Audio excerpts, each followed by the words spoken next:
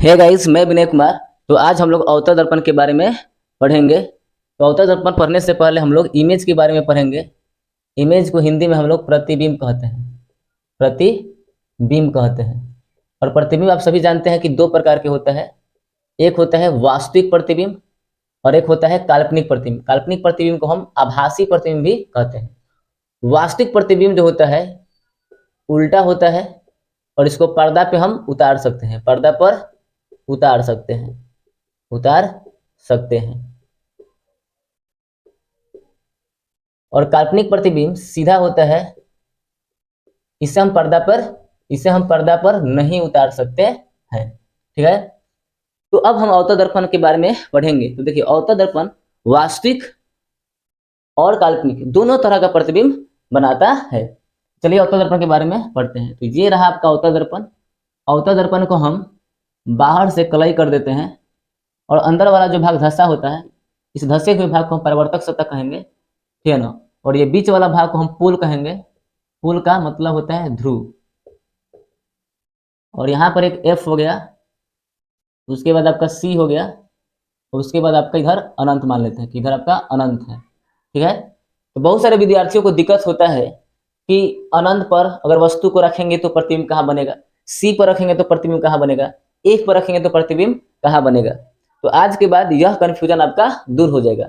लेकिन ध्यान देने योग्य बात यह है कि जब भी आप अपने स्कूल के कक्षा में बैठते हैं तो आप हमेशा ये सोचते हैं कि मैं रोज जहाँ बैठता हूँ वहीं बैठूं। यानी अपने सीट को आप नहीं छोड़ना चाहते हैं। जहाँ रोज बैठते हैं स्कूल में वहीं चाहते हैं कि बैठे। उसी तरह से यहाँ भी थोड़ा सा दिमाग लगाना है। देखिए, ये सी और एफ के बीच में ये बीच वाला भाग, ये भी बीच वाला भाग, ये भी बीच वाला भाग। मेरे कहने का अर्थ ये है कि अगर कोई चेयर पर बैठा है और रोज वो उसी चेयर पर बैठता है तो वह अपना चेयर नहीं छोड़ना चाहेगा। वह अपना चेयर, कुर्सी यानी नहीं छोड़ना चाहेगा। उसी कुर्सी पर रोज बैठना चाहेगा। उसी कुर्सी पर रोज बैठना चाहेगा। तो वही थोड़ा सा दिमाग लगाना है। अगर एक व्यक्ति को हम अनंत पर बैठा दें, एक व्यक्ति को अगर हम अनंत पर बैठा दें तो उसका प्रतिबिंब कहाँ बनेगा। तो देखिए, यदि अगर व्यक्ति अनंत पर बैठा है, अनंत पर बैठा है तो उसका प्रतिबिंब जो होगा सी पर बनेगा कि एफ पर बनेगा। तो एक स्टेप छोड़ दीजिए, सी को छोड़ दीजिए, तो कहाँ बनेगा, एफ पर बनेगा। लेकिन एकदम बहुत छोटा बनेगा। क्या बनेगा, बहुत छोटा प्रतिबिंब बनेगा, यानी कि बिंदु मात्र प्रतिबिंब बनेगा। तो अभी हमने आपको बताया कि अगर हम जिस चेयर पर रोज बैठते हैं उसी चेयर पर रोज बैठना चाहते हैं, यानी कि अपने सीट को नहीं छोड़ना चाहते हैं। तो देखिए, जितना भी अनंत है, सी है या एफ है, इसको चेयर मान लीजिए। अपने मन में मान लीजिए कि अनंत, सी और एफ क्या है, चेयर है, यानी कि कुर्सी है। क्या है, कुर्सी है। तो आप अपने सीट को तो छोड़िएगा नहीं। या प्रधानमंत्री के सीट पर बैठे आप, चाहे मुख्यमंत्री के सीट पर बैठे, चाहे मुखिया के सीट पर बैठे, लेकिन सीट छोड़ना नहीं चाहिए। उसी तरह ये अनंत पर बैठा है तो ये अपने सीट पर ही जाकर बैठेगा, लेकिन एक अल्टरनेट करके एक स्टेप छोड़ के। तो एक स्टेप छोड़ा तो सी के बाद क्या आया, एफ आया। तो एफ पर प्रतिबिंब बनेगा। यानी कि अगर वस्तु को अनंत पर रखा जाए तो उसका प्रतिबिंब एफ पर बनेगा, यानी कि फोकस पर बनेगा। एफ का मतलब होता है फोकस। फोकस पर बनेगा। ठीक है। अब ध्यान दीजिएगा, अगर वस्तु को हम कहां पे रख दे, सी पर रख दे। सी का मतलब होता है वक्रता केंद्र। तो सी पर इस वस्तु को अगर रख दिए, इसका प्रतिबिंब कहां बनेगा, ध्यान दीजिएगा, इसका अब प्रतिबिंब कहां बनेगा। तो इस बेचारा का प्रतिबिंब सी पर ही बन जाएगा, क्योंकि अब तो सीट बचा नहीं। देखिए, ये अपना प्रतिबिंब बनाया तो एफ पर बना लिया, है ना। अब ये प्रतिबिंब कहां बनाएगा, तो जगह तो है नहीं, मैंने चेयर तो खाली है नहीं, तो यहीं पे इसका प्रतिबिंब बन जाएगा।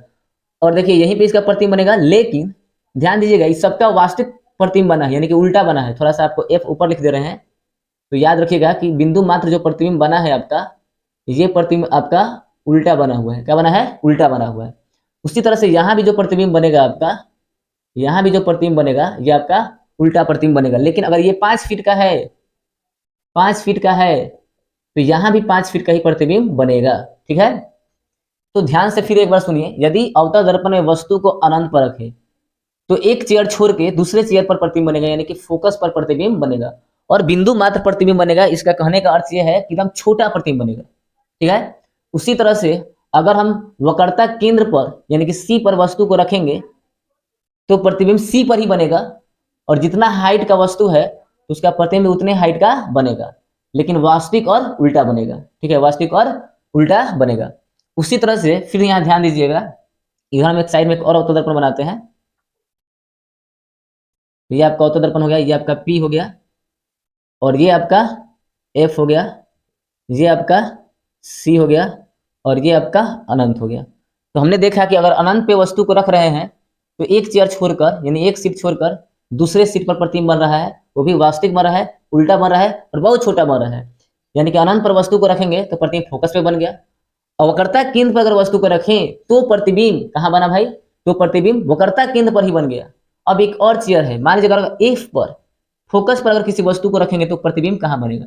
तो मान लीजिए कि फोकस पर एक व्यक्ति को बैठा दिए, फोकस पर एक व्यक्ति को बैठा दिए, तो इसका प्रतिबिंब जो बनेगा अनंत पर बनेगा, क्योंकि एक सीट छोड़कर बनाना है तो अनंत पर बनेगा, लेकिन वास्तविक बनेगा, उल्टा बनेगा, इससे बहुत ज्यादा बड़ा बनेगा। यानी कि जो प्रतिबिंब बनेगा आपका वो बहुत ज्यादा बड़ा बनेगा, यानी कि बहुत ज्यादा बड़ा प्रतिबिंब बनेगा। इस व्यक्ति का जो प्रतिबिंब बनेगा बहुत ज्यादा बड़ा प्रतिबिंब बनेगा, लेकिन उल्टा बनेगा।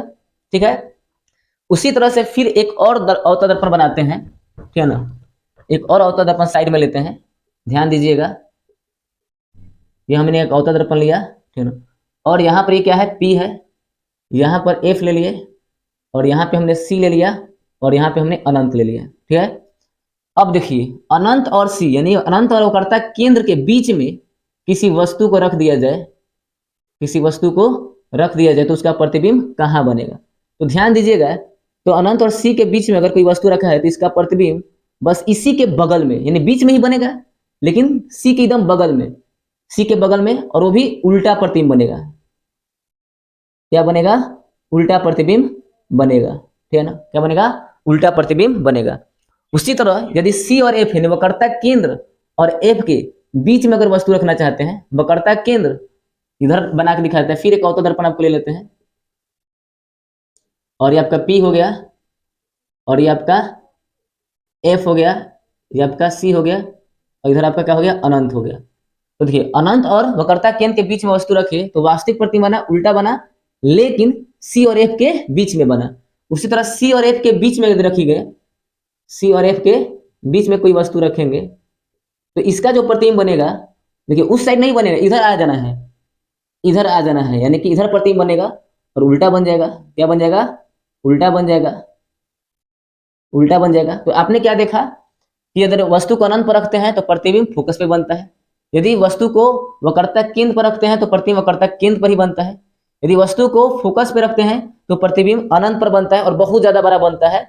यदि वस्तु को अनंत और वक्रता केंद्र के बीच में रखते हैं तो प्रतिबिंब एकदम C के बगल में, C के बगल में, यानी C और F के बीच में, यानी कि वक्रता केंद्र फोकस के बीच में बनता है। यदि वस्तु को वक्रता केंद्र फोकस के बीच में रखते हैं तो प्रतिबिंब जस्ट पीछे आ जाता है और वक्रता केंद्र अनंत के बीच में बनता है। और ये जितने भी प्रतिबिंब बना है वास्तविक है और उल्टा है। तो अवतल दर्पण जो होता है अधिकतर वास्तविक प्रतिबिंब बनाता है। अब बोले कि आभासी भी प्रतिबिंब बनाता है, तो जी हाँ, आभासी प्रतिबिंब भी बनाता है, लेकिन कब, जब वस्तु को P यानी ध्रुव और फोकस, ध्यान दीजिएगा, जब वस्तु को ध्रुव और फोकस के बीच में अगर वस्तु रख देते हैं तो जो प्रतिबिंब बनेगा आपका वो दर्पण के पीछे बनेगा और सीधा बनेगा। क्या बनेगा, सीधा बनेगा, लेकिन वस्तु से क्या बनेगा, सीधा तो बनेगा लेकिन